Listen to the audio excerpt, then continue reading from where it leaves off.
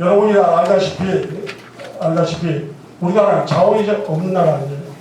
우리나라 자원이 없는 나라거든요. 석탄도 없고 석탄도 다 캐먹어가지고 연탄도 다 없어져서 이제 석탄도 안 나오지, 철광석도 안 나오지, 구리도 안 나오지, 나오는 게 아무것도 없는 거예요. 우리나라. 아무것도 없는 나라이기 때문에 우리나라가 해야 될 일은 뭐냐 그러니까 이제 여러분들 잘 알다시피 세계를 상대로 해서 우리나라 안에 자원도 없고 식량도 부족하고 도대체 먹고 살고 있는 것이 아무것도 없는 나라입니다. 이 나라에서 그래서 이게 더워서 안 되겠네. 옷 좀 보고 합시다.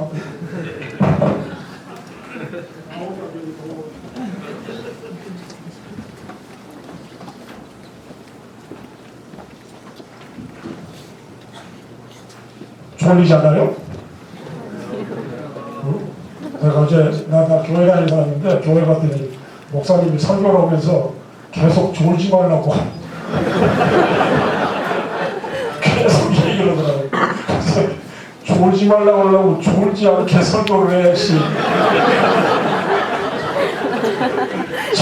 졸지 말라 그런다고 안 졸냐 이 말이에요. 그러니까 여러분들이 조는 것은 내 잘못이지 여러분들 잘못은 아니에요. 지금 점심 먹고 와서 마치 졸릴 때 아니에요. 보니까 졸는 사람이 나도 졸지 말라고 똑같은 얘기를 하고 싶은데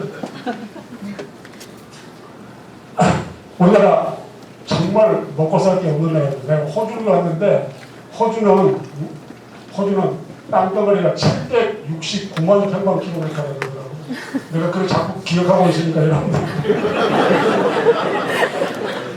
내가 우리 사무실에서도 자꾸 어느 나라 땅덩어리가 얼마라고 이야기하면 우리 판사들이 놀래는데 내가 요새 여러분들한테 강의하러 오려고 내가 기억한 거예요. 호주 땅덩어리가 769만 평방킬로미터고 인구는 2,200만이에요. 우리나라 땅 얼마인지 알아요? 남쪽 땅 22만원, 북한까지 합해야 되고 22만 4,100만 킬로미터인데 저 북한까지 합해야 되는 거예요. 우리나라 남쪽 땅이 얼마예요? 응? 9만 9천 또 10만 둘 다 맞는 것 같아요.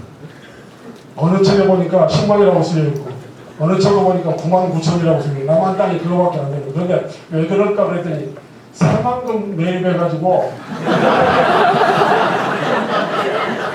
땅덩어리가 들어갔다고 그러더라고요.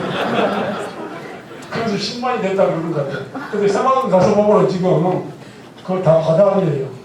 근데 그 면적 산정하는데 여러분들 면적 산정하는데 그거 알아요? 내해는 육지로 계산되는 거예요.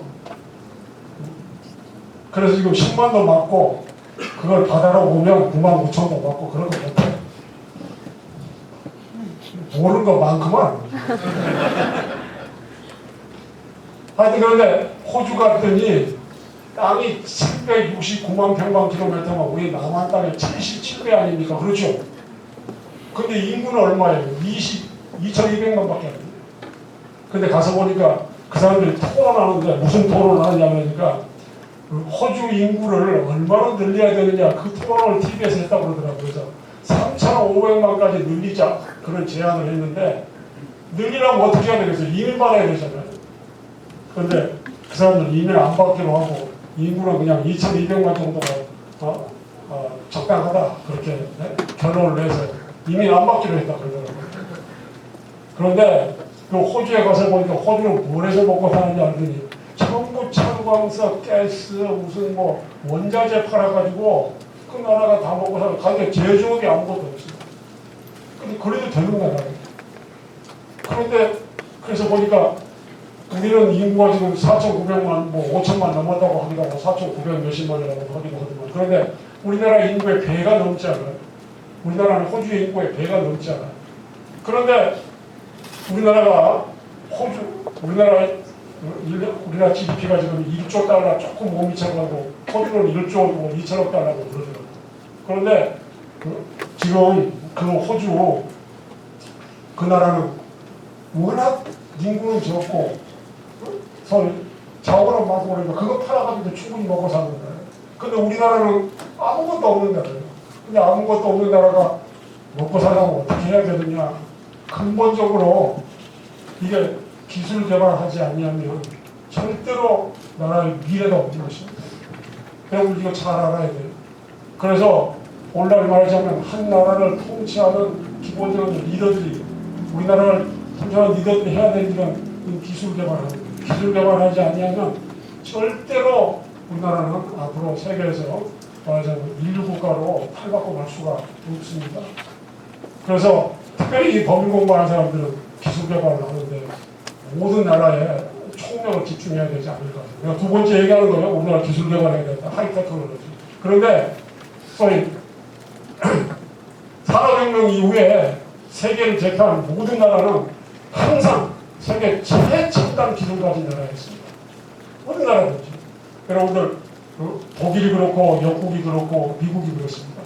2차 대전 전까지만 해도 미국도 기술이 별로 발전된 나라가 아니어서 독일 기술을 완전히 베끼던 나라였습니다.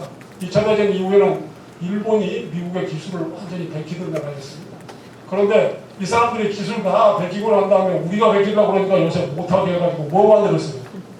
지적재산권 만들어가지고 사실 옛날에는 지적재산권이라는 그런 제도가 없었어요. 그런 개념 자체가 없었는데 그거 만들어가지고 지금 다 보호막을 쳐고 그 돈 받아가잖아요. 삼성하고 애플하고 소송하는 데 보니까 디자인도 요새 보니까 뭐 특허내는 모양이더라고요. 그러니까 독일 신문에서 아주 재미있는 얘기를 썼더라고요. 다이아를 둥글게 만드는 것도 둥그렇게 만드는 것도 특허냐? 응? 그것도 뭐 죄가 되냐? 그렇게 신문에 냈더라고요. 그런데 삼성이 무슨 소위 디자인 좀 모방했다고 그거 가지고 무슨 판매 금지 시키는 디셀도르프 판사를 가서 잡아와야 될 것 같아요. 하여튼 그런데 내 생각에 이 하이테크놀로지 이것이 소위 산업혁명 이후에 소위 나라의 운명을 결정했다면 앞으로도 계속 그럴 것입니다. 그런데 이 기술 개발하는데 우리가 말하자면 소위 법률가들이 법률 만드는 사람들이 제도적 장치를 안 해주면 그 절대로 기술 개발이 있을 수가 없습니다. 제가 이 정부 들어서 제일 잘못한 것 중에 하나가 과학기술부 없앤 거라고 내가 여러 번 이야기했습니다. 내가 대법원장이 된 다음에 이 정부가 출범했을 때 과학기술부 없앤다고 해서 나라 망치는 일이라고 그렇게 절대로 안 됩니다. 이게 나라의 미래가 걸려있는 문제인데 어떻게 해서 말하자면 과학기술부를 없애냐 그런 얘기를 했어요. 근데 요새 보니까 과학기술위원회라는 걸 새로 만들었더라고요. 그거 보니까 뒤늦게 깨달은 것인데 한 2년 반 된 세월을 허송한 거예요. 그래서 이 기술 개발 이게 없으면은 나라의 미래는 절대로 없는 것입니다. 그런데 이 기술 개발하는 것은 창의력 있는 말하자면 젊은이들의 손에 의하지 않으면 기술 개발은 절대로 안 되는 거예요. 그런데 아무리 창의력이라고 하더라도 소위 인류 문명의 발전 과정에 대해서 말하자면 소위 기초 지식이 없는 사람이 어떻게 말하자면 소위 기술 개발하겠어요. 사회가 어디까지 왔는지를 잘 알아야죠. 이 현대사회의 기술 개발의 첨단 분야는 전부 다 정보화 사회에 바탕을 둔 거 아니에요. 요새 말하자면 소위 아이폰, 무슨 페이스북, 트위터, 이런 거 전부 다 현대 정보화 사회에 바탕을 둔 기술 개발이기 때문에 소위 인류 문명이 어디까지 왔느냐를 정확하게 이해하는 사람 속에서 말하자면 이 창의력 있는 기술 개발이 나오는 것이지 그러지 않고는 기술 개발이 안 나오는 거예요. 그래서 여러분들 학교 다닐 때 공부하는 거 굉장히 중요한 거예요. 근데 사실 법률 공부하는 사람들은 공부해봤자 별로 중요한 것도 없는데 내가 생각에 이 얘기는 사실 자연과학 하는 사람들한테 이야기하고 싶어요. 항상 공부하는 것은 인류가 말하자면 원시 시대부터 시작해가지고 지금까지 발전하는 이 사회에 축적된 말하자면 기술과 문화와 문명 이 모든 것은 습득하는 과정이 공부하는 거예요. 그래서 사실 학교 다닐 때 공부 안 하는 사람들은 사회에 나와서 큰일 날 것 같은데 사실은 그렇지 않는 거예요. 그래서 여러분들 공부 열심히 해야 되는 거예요.